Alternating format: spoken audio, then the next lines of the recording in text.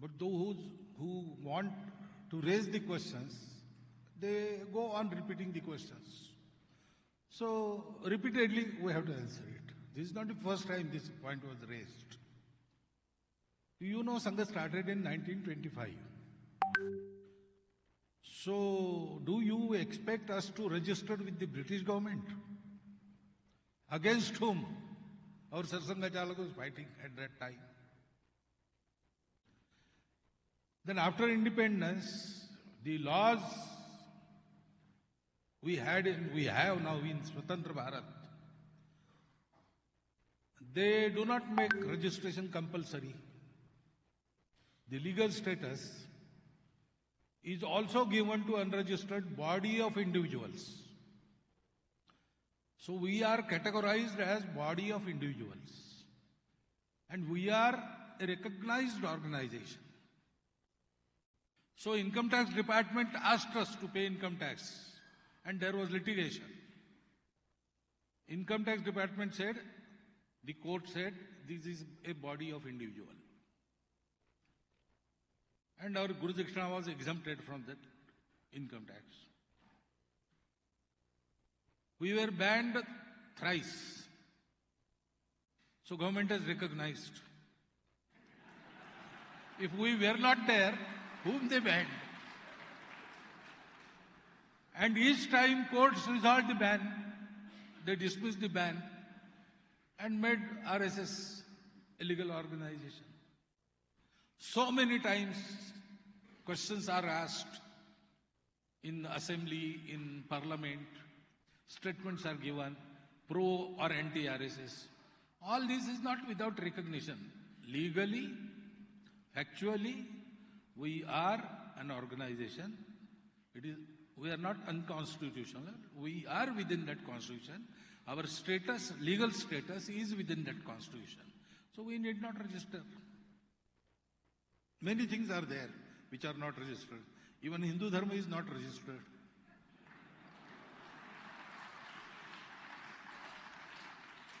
The next question is vision of Sangh for next 2 decades.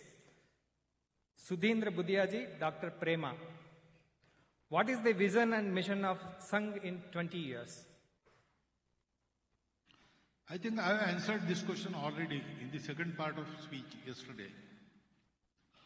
So we want to unite, organize, impart qualities to entire Hindu society so that they will create a prosperous and strong Bharat which will impart the Dharma knowledge to the world so that world becomes happy, blissful and peaceful. That part of the task is to be carried out by the entire society, the entire nation. We are preparing Hindu society for that. Ours is the only vision, single vision. After we fulfill that vision, we don't want to do anything else. Organizing the entire Hindu society. This is our task. We'll finish it. And the organized society will do the rest. We are included in that society, so we'll follow suit. But our mission, our vision is an organized, strong Hindu society.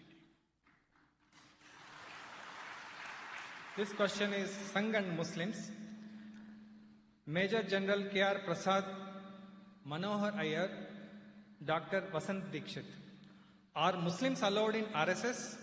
How Sangh can build confidence in minorities? Sangh is having outreach program for Muslims. Is there any plan to start educational institutions for minorities? No Brahmin is allowed in Sangh. No other caste is allowed in Sangha. No Muslim is allowed, no Christian is allowed, no Shaiva, no Shakta. Only Hindu is allowed. So people with different denominations, Muslims, Christians of any denomination, they can come to Sangha. Keep your separateness out. Your speciality is welcome. But when you come inside Shakha, you come as son of Bharat Mata, member of this Hindu society. So Muslims come to Shakha, Christians come to Shakha, as all other castes from the routinely Hindu society, routinely called Hindu society, they also come to Shakha. But we don't take their count and we don't ask who they are. We are all sons of Bharat Mata. That is how Sangha works. The outreach to hitherto untouched sections or hitherto kept away from the society, such sections, we have to specifically contact them. So there is outreach program. But outreach program doesn't mean that we will do something there. Actually, Sangha says, we will not do anything for anybody. Each has to do his own duty. Each has to bring about his own uddhar. Nobody else will come to you. Even God will help those who will help themselves. We will enable you to do that. We will prepare you to do that. So don't expect anything from Sangha. But if you come to Sangha without expecting anything from any other fellow, you can do your own. That is what we are going to teach. So outreach is there. If they are doing some noble deeds, we will help them. But schools for Muslims, schools for Christians, schools for Brahmins, schools for non-Brahmins, we don't do that. Sangha does only Shakha work and man-making. Swayam Sevaks have different organizations which are separate, autonomous, independent, and we expect them to become self-dependent so that they don't require any help from outside, even from Sangha. But they will do all these things on the same principle. God helps those who help themselves.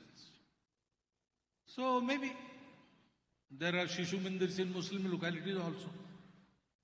They are run by Vidya Bharati, not by us. That type of work is there. But outreach is purely come and give. To appeal that.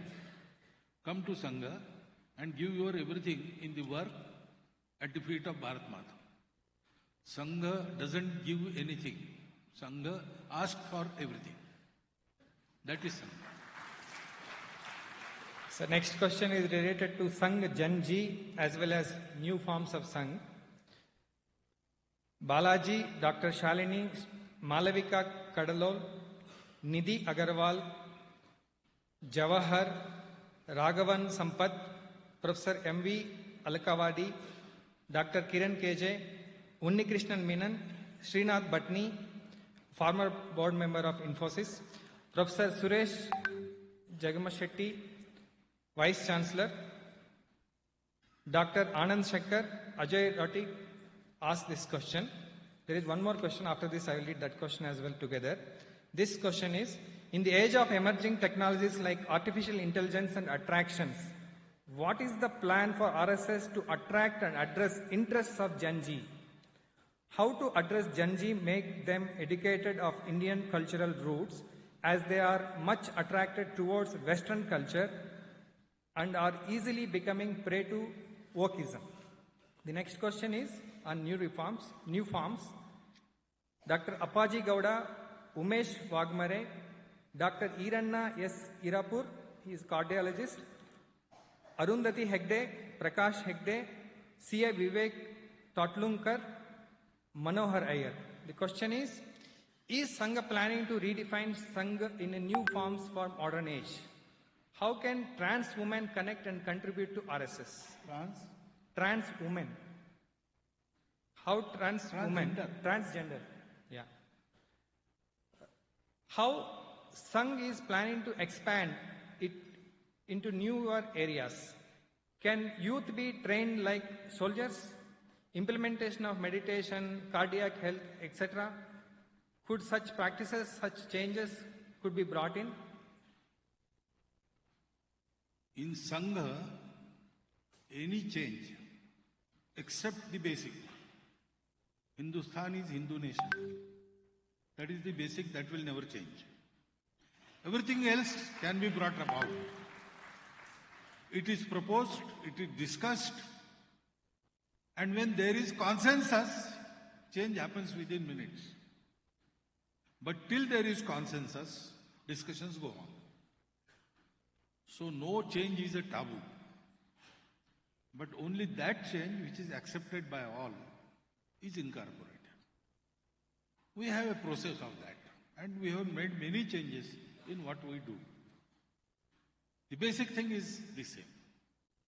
So any change can happen. Any variety of our member of our society can come to Sangha. So transgenders, if they come to Shakha, we will not say you are transgender, you remain out. No, he will come. Those who have Dhwaja Pranam, those who sing our Prarthana, those who do our programs, those who say, okay, Hindustan is Hindu Rashtra, all of them are welcome. There is no bar. To Gen Z, if they are interested in AI and social media and all these things, we will have to go there and we will have to contact them. For example, Dr. Edgar's generation and those who were enrolled by him in Sangha, there were two different generations. And two things were very attractive to that generation: cinema and cricket. So everybody used to come to Shakha Delhi, but on Sunday they were absent. So Dr. Edgar inquired, why didn't you come on Sunday? He said, my aunt had come to visit us. Then another fellow, my aunt had come. Everybody's aunt came on Sunday.